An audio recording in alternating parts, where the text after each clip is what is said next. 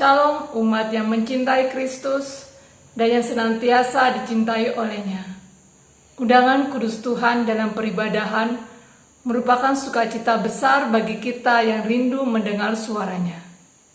Yesus adalah makan dan minuman yang sejati. Bagi kita yang sedang dalam perjalanan hidup, makanan roti yang disediakan olehnya, dari sana ada kekuatan dan pengharapan. Bagi kita yang haus akan kasih dan cinta, Yesus menjadi air yang melegakan, membuat kita memiliki kekuatan baru. Marilah bangkit berdiri, kita naikkan syukur kita kepada Tuhan, karena kasih suci dan agung namanya.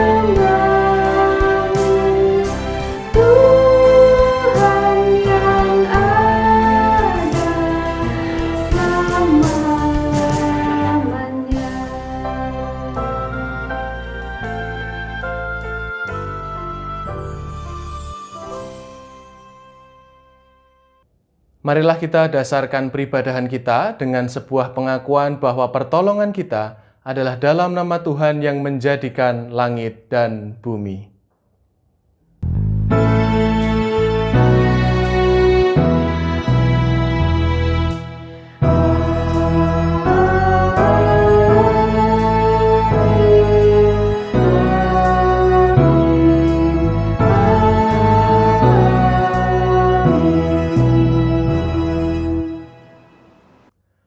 Tuhan beserta saudara sekalian. Dan beserta saudara juga. Persilahkan duduk. Ibu bapak saudara yang dikasihi dan mengasihi Tuhan, ibadah kali ini bertema makanan dan minuman sejati. Kita diajak menghayati siapa Kristus dalam kehidupan kita. Dialah yang memberi diri untuk menebus segala dosa dan kesalahan kita. Dengan darahnya yang mahal, tiada noda dan celah. Biarkanlah kita mampu untuk terus merasakan kasih dan cintanya. Itulah yang senantiasa menguatkan kita. Biarlah kita dibentuk olehnya seperti yang Yesus inginkan.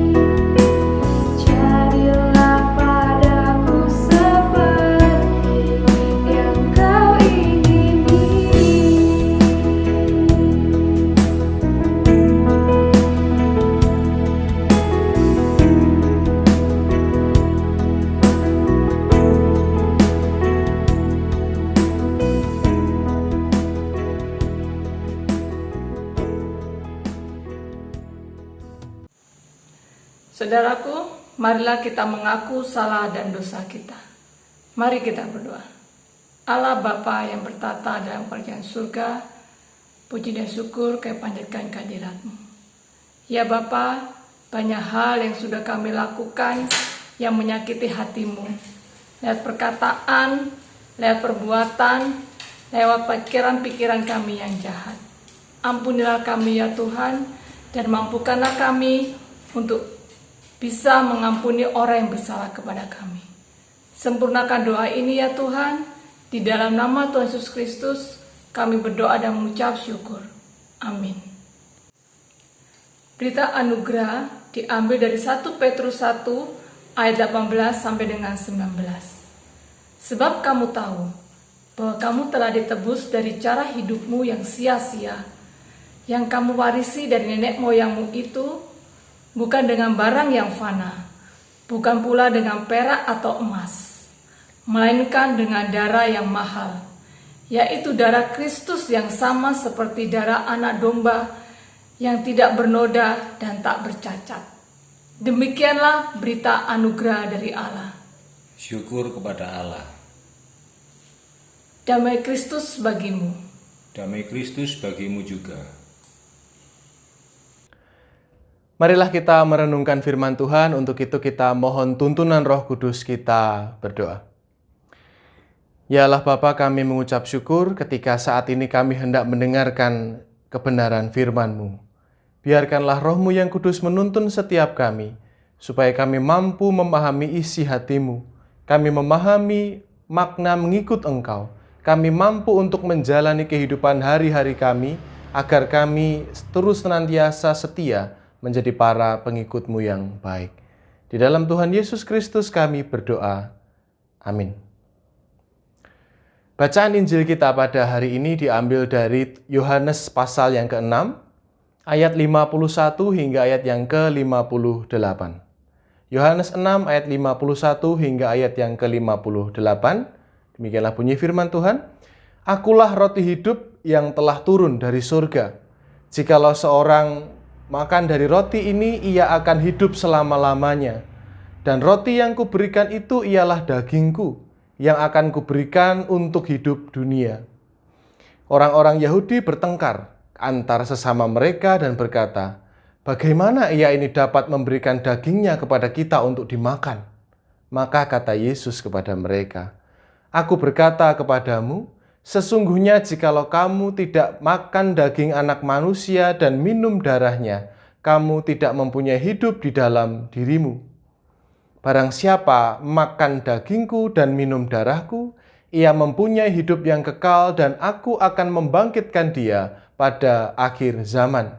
Sebab dagingku adalah benar-benar makanan dan darahku adalah benar-benar minuman. Barang siapa makan dagingku dan minum darahku, ia tinggal di dalam aku dan aku di dalam dia. Sama seperti Bapa yang hidup mengutus aku dan aku hidup oleh Bapa, demikian juga barang siapa yang memakan aku akan hidup oleh aku. Inilah roti yang telah turun dari surga, bukan roti seperti yang dimakan nenek moyangmu dan mereka telah mati.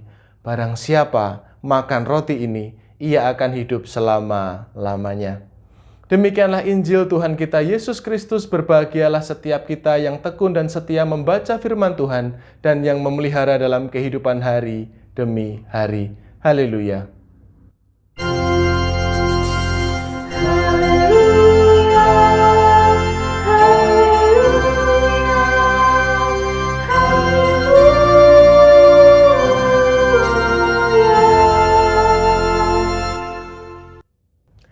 Shalom Ibu Bapak Saudara yang terkasih dalam Tuhan Yesus Kristus. Bagaimana kabarnya hari ini? Puji Tuhan, ya saya berharap kita semua ada dalam kondisi yang baik-baik saja. Kalaupun memang mungkin sedang tak baik-baik saja. Tetapi saya meyakini kita mengarahkan hati kita kepada Tuhan. Kita boleh memfokuskan pikiran kita, perasaan kita, supaya firman Tuhan itu boleh merasuk ke dalam diri kita. Supaya bukan kita hanya mendengarnya saja, tetapi kita juga dengan mantap dan teguh melaksanakannya dalam kehidupan kita hari demi hari. Bapak Ibu Saudara yang terkasih dalam Tuhan Yesus Kristus, sejak minggu pertama Agustus tanggal 1, tanggal 8 yang kita kemarin beribadah dilayani oleh Pendeta Lydia dari GKI Dipo, kita berbicara tentang hal yang sama, yakni tentang roti, ya kan? Minggu pertama, waktu itu Yesus dicari oleh para orang-orang karena mereka dirasa Yesus itu mereka nyari roti. Yesus menjelaskan tentang roti. Kemudian di minggu kedua dijelaskan tentang bagaimana roti itu memberikan kehidupan. Roti yang menghidupkan, temanya begitu. Nah, saat ini kita berbicara tentang roti juga, tetapi dengan sebuah sentuhan tema, yakni makanan dan minuman sejati.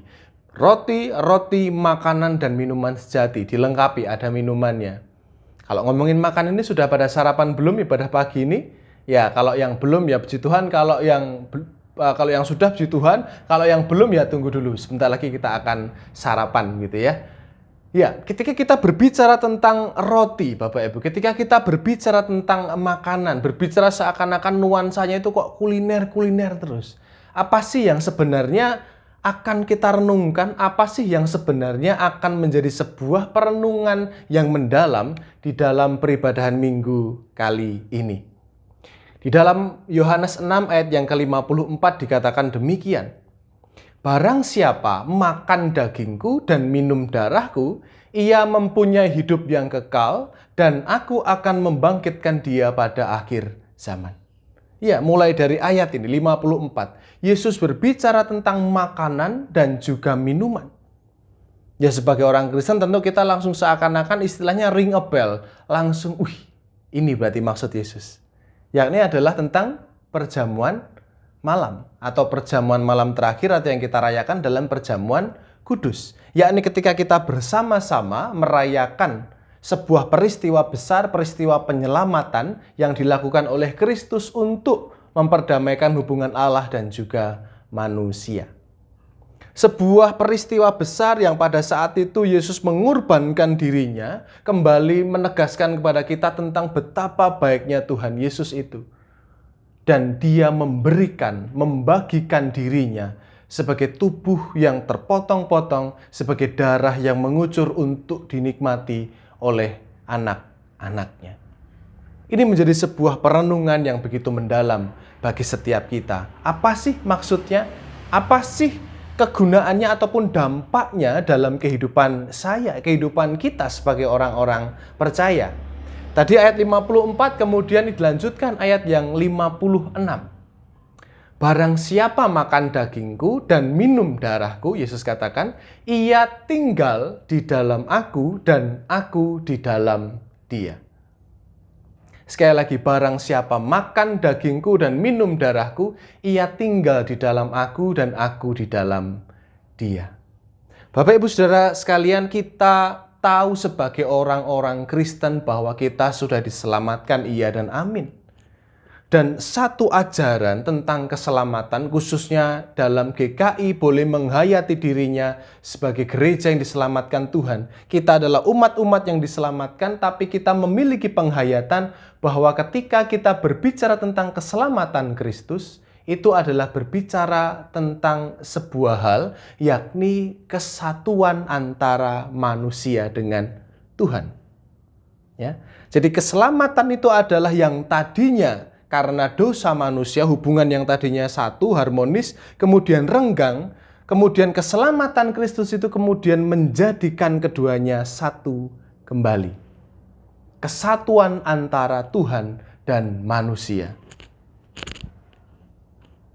Nilai kesatuan itulah yang menjadi sebuah nilai pokok di dalam keselamatan yang diberikan oleh Tuhan kita, Yesus Kristus. Amin, Pak? Iya. Pertanyaannya, kapan sih kita menghayati bagaimana kesatuan itu terjadi antara manusia dan Tuhan? Saya kok meyakini mungkin setiap kita mudah untuk berkata bahwa ya nanti Pak, ketika kita sudah mati kita akan bersama dengan Kristus. Iya, tidak salah, betul. Dan kalau boleh bercerita Bapak Ibu Saudara sekalian, beberapa waktu yang lalu, beberapa hari yang lalu gitu ya, saya sebagai manusia saya kehilangan simbah putri saya, eyang saya, nenek saya, gitu ya, yang berapa kali sering saya gunakan sebagai ilustrasi dalam berkhotbah juga. orang yang sangat ceria, orang yang sangat pintar bercerita, orang yang sangat easy going sekali, orang yang sangat fun sekali, tapi Tuhan memanggilnya pulang. Dan itu adalah sebuah masa di mana kita merayakan bahwa seorang manusia itu kembali bersatu dengan Tuhannya. Nah, tapi pertanyaan yang kemudian mengikuti adalah, apakah kesatuan itu terjadi hanya ketika manusia mati saja? Kemudian pertanyaannya kan, lah kita yang masih hidup ini sudah bersatu dengan Kristus atau belum? Jawabannya adalah, sudah. Loh kenapa? Loh karena kita sudah diselamatkan. Ketika kita diselamatkan, relasi kita sudah dipulihkan kembali oleh pengorbanan Kristus di atas kayu salib. Kita sudah disatukan dengan Tuhan kembali. Dan ketika firman ini, ketika teks ini dibaca untuk setiap kita, ini kan mengingatkan kepada kita. Yesus katakan, barang siapa makan dagingku dan minum darahku, ayat 56, ia tinggal di dalam aku dan aku di dalam dia. Ada sebuah kesatuan yang sejati. Dan memang itulah yang dirindukan oleh Kristus sebagai Tuhan, agar anak-anaknya tidak jauh lagi dari penciptanya. Dan ketika kita, memang saat ini kita tidak sedang perjamuan kudus, tapi kalau kita sedang merayakan perjamuan kudus, kan dengan sengaja kita makan. Dengan sengaja kita memasukkan tubuh Kristus dalam tubuh dan juga meminum darah Kristus menjadi satu dalam diri kita. Kita mengalami penyatuan yang benar, kita mengalami penyatuan yang secara sadar kita lakukan. Iya kan? Kita sudah benar-benar mengalami kesatuan itu. Namun Bapak Ibu Saudara sekalian, yang jadi soal, yang jadi pertanyaan adalah, apakah ketika kita mengalami kesatuan hidup dengan Kristus, apakah hidup kita mencerminkan Kristus yang ada dalam diri kita? Dalam masa pandemi ini, kita itu semakin diajak untuk sadar terhadap pola hidup sehat. Makan makanan yang bergizi, minum minuman yang juga kaya akan mineral, begitu ya. Minumnya harus cukup, bahkan suplai untuk madu, vitamin itu pun juga digalakkan supaya apa? Supaya imun kita meningkat. Itu kan mengindikasikan satu hal, makanan atau minuman yang masuk ke dalam tubuh itu punya reaksi juga yang positif. Kalau yang kita makan positif, hasilnya positif. Itulah kenapa kita diajak untuk makan makanan bergizi, kemudian daging, protein, kemudian sayur-sayuran, buah, supaya apa? Hasilnya, outputnya, imun kita adalah kuat begitu. Kalau kita makanannya junk food, makanan banyak yang berpengawet terus-menerus, tentu akan hasilnya negatif. Lah kalau yang kita masukkan dalam diri kita ketika kita mengikuti perjamuan kudus Tuhan adalah barang yang begitu suci, barang yang begitu kudus dan istimewa, sudah selayaknya output kita adalah output yang istimewa. Iya dong? Sudah selayaknya apa yang keluar dari dalam diri kita adalah serupa dengan bagaimana Kristus hidup. Wong hidup Yesus itu sudah masuk dalam diri kita. Tetapi kembali ini menjadi sebuah pertanyaan yang sangat privat untuk setiap kita. Apakah hidup kita itu mencerminkan Kristus? Apakah pikiran kita yang mungkin hanya kita yang tahu itu mencerminkan pikiran Kristus yang adil? Apakah tutur kata kita itu seperti tutur kata Kristus yang membuat orang-orang pada saat itu merasakan nyaman di sekitarnya? Apakah dengan sikap-sikap kita, orang-orang juga merasakan kehangatan, merasakan kasih? Apakah melalui WhatsApp kita, melalui telepon kita, melalui yang kita sebar di media sosial, orang-orang merasa cemas, takut, atau orang-orang merasa diberikan semangat? Sebuah pujian yang mengingatkan kita dalam NKB 138. Makin serupa Yesus Tuhanku. Bukanlah demikian. Makin serupa Yesus Tuhanku, inilah sungguh kerinduanku. Makin bersabar, lembut dan merendah, makin setia dan rajin bekerja. Ya Tuhanku, ku berikan padamu hidup penuh dan hatiku segenap.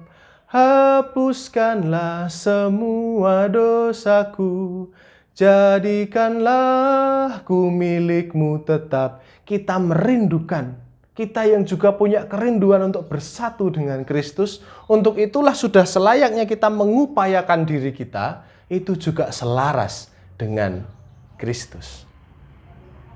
Kita harus senantiasa mengucap syukur bahwa Kristus Tuhanlah sendiri yang memiliki kerinduan agar kita bisa bersatu dengannya. Kemudian Bapak Ibu Saudara sekalian yang dikasihi oleh Tuhan Yesus Kristus, ada sebuah pertanyaan sederhana. Kenapa kok Yesus dalam Injil Yohanes itu memperkenalkan dirinya dengan banyak hal? Akulah pintu, akulah gembala, akulah sahabat, akulah jalan, akulah roti, begitu. Dan untuk khusus dalam bacaan kita mulai minggu pertama, kedua, dan ketiga, kenapa menggunakan roti? Yesus ingin memperkenalkan dirinya sebagai roti. Kenapa harus roti? Pertanyaannya. Kenapa kok tidak ketela, sagu, atau beras, atau nasi? Sederhana, karena memang orang-orang pada saat itu makanan dasarnya adalah roti. Makanan pokok dasarnya adalah roti gandum. Nah, kalau mungkin Injil ini ada, atau makanan mereka, makanan pokok Yesus adalah beras, mungkin dia mengatakan, akulah nasi atau akulah beras. Tetapi ini akulah roti hidup. Mungkin akulah nasi hidup begitu. Kenapa? Karena memang roti itu makanan dasar manusia di sana.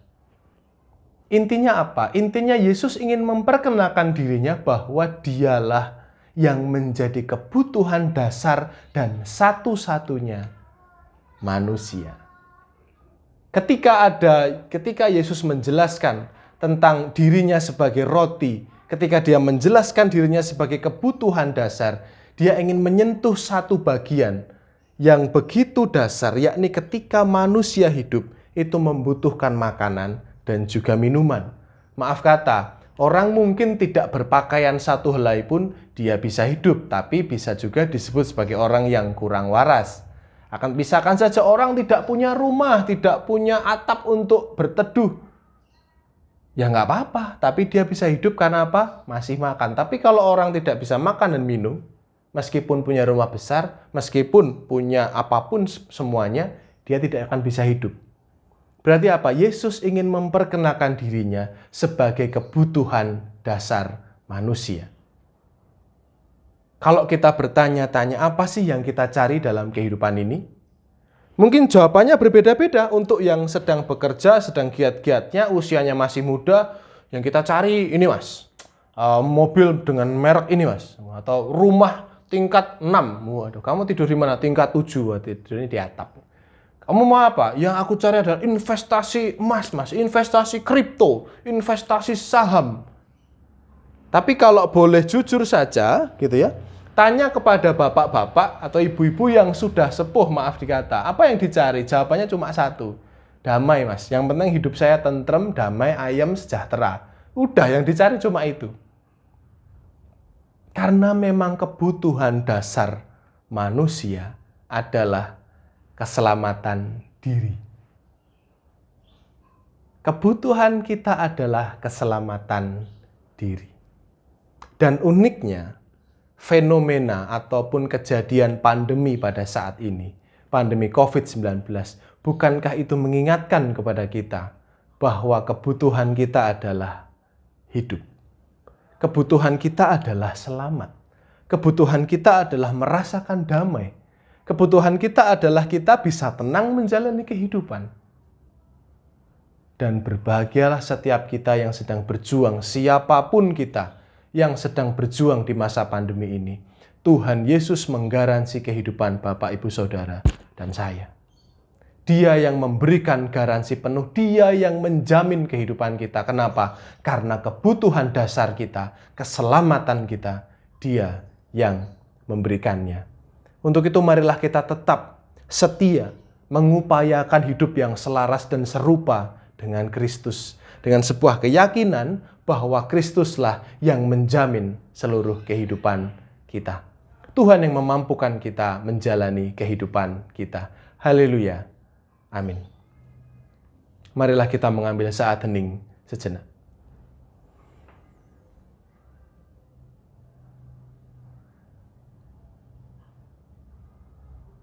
Umat diundang bangkit berdiri. Marilah bersama dengan umat Allah di masa lalu, masa kini, dan masa depan, mengingat janji baptisan kita dengan mengikrarkan pengakuan iman rasuli. Aku percaya kepada Allah, Bapa yang Maha Kuasa, Khalik langit dan bumi, dan kepada Yesus Kristus Tuhan kita, yang dikandung dari Roh Kudus, lahir dari anak darah Maria, yang menderita sengsara di bawah pemerintahan Pontius Pilatus, disalibkan, mati dan dikuburkan, turun dalam kerajaan maut, dan pada hari yang ketiga bangkit pula dari antara orang mati, naik ke surga, duduk di sebelah kanan Allah Bapa yang Maha Kuasa, dan dari sana ia akan datang untuk menghakimi orang yang hidup dan yang mati. Aku percaya kepada Roh Kudus, gereja yang kudus dan am, persekutuan orang kudus, pengampunan dosa, kebangkitan orang mati, dan hidup yang kekal. Amin. Ibu bapak saudara yang terkasih dalam Tuhan Yesus Kristus, marilah kita menaikkan syafaat kita kepadanya. Kita berdoa. Ya Yesus Kristus, Sang Roti hidup, makanan dan minuman kami yang sejati. Ya Tuhan, terima kasih Kau telah mengingatkan kami bahwa Engkau sendiri yang menarik kami untuk bersatu bersama dengan Engkau. Ajar kami ya Tuhan menghayati kesatuan antara kami denganmu, menjadi sebuah kekuatan untuk kami mencerminkan hidup yang selaras dengan teladan dan cinta kasih-Mu. Ajarkanlah mulai dari pikiran kami, perasaan kami, tutur kata dan tingkah laku kami, selaras dengan apa yang Engkau contohkan di dalam masa hidup-Mu kepada kami. Ajar kami ya Tuhan menjadi umat-Mu yang berintegritas. Ajar kami menjadi umat-Mu yang senantiasa memiliki prinsip-prinsip Kristiani untuk menjalani kehidupan kami.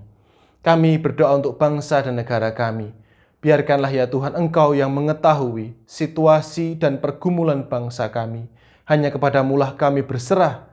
Biarkanlah Tuhan yang memberkati pemimpin-pemimpin bangsa ini. Biarkanlah mereka boleh menjalankan roda pemerintahan dengan sebaik-baiknya, dengan penuh rasa takut akan Engkau.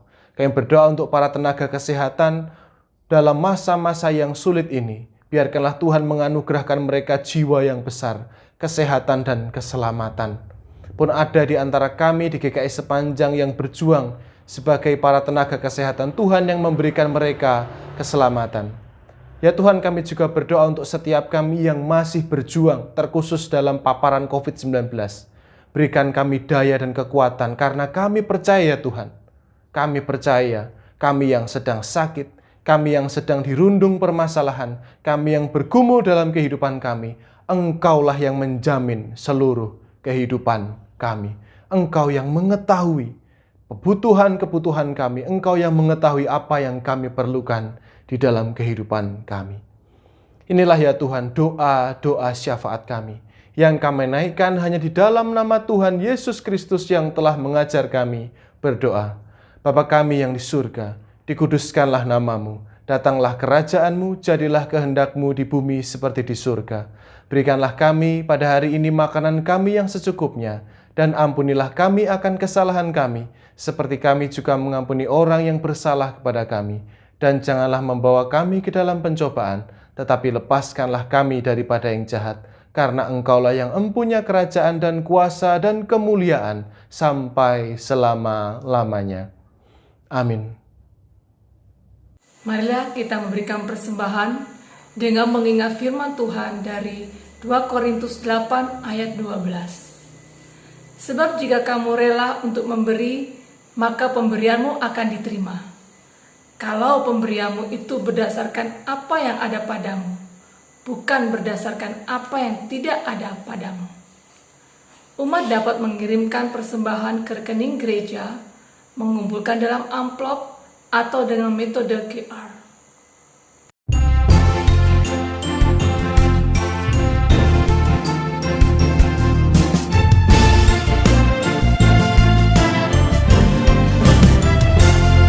Besarlah untungku jika Yesus milikku.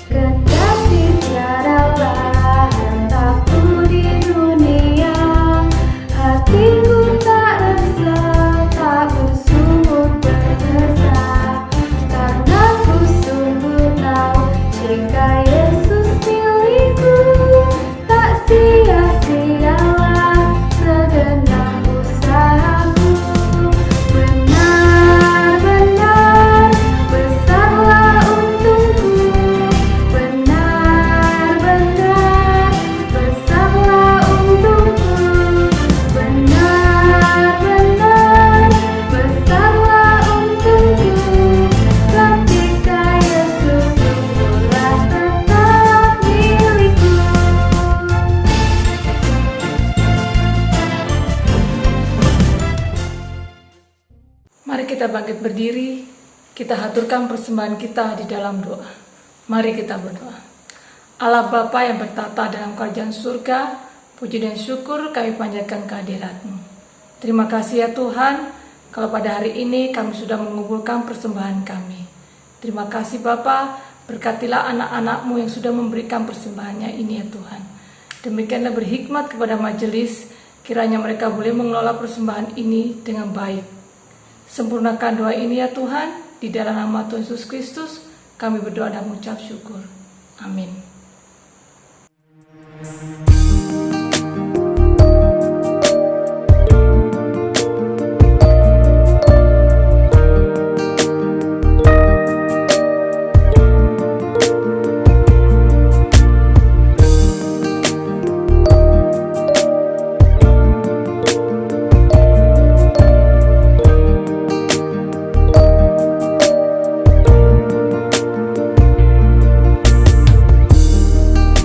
Kekuatan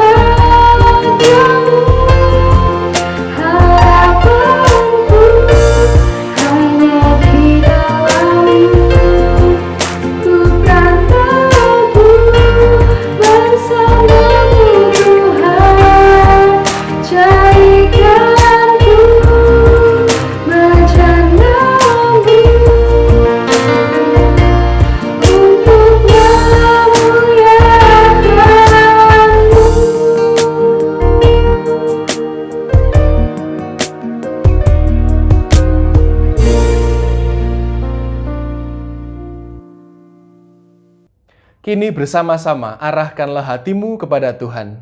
Kami mengarahkan hati kami kepada Tuhan. Jadilah saksi Kristus. Syukur kepada Allah, Terpujilah Tuhan. kini dan selamanya. Bersama-sama marilah kita menerima berkat dari Tuhan. Biarkanlah kasih dari Allah Bapa yang memampukan kita untuk menghayati Kristus sebagai makanan dan minuman sejati yang memberi daya dan semangat juang untuk setiap kita menjalani hari demi hari. Biarkanlah kasih Allah Bapa, Anak, dan Roh Kudus menyertai kita sekalian dari dahulu, kini, dan selama-lamanya. Haleluya.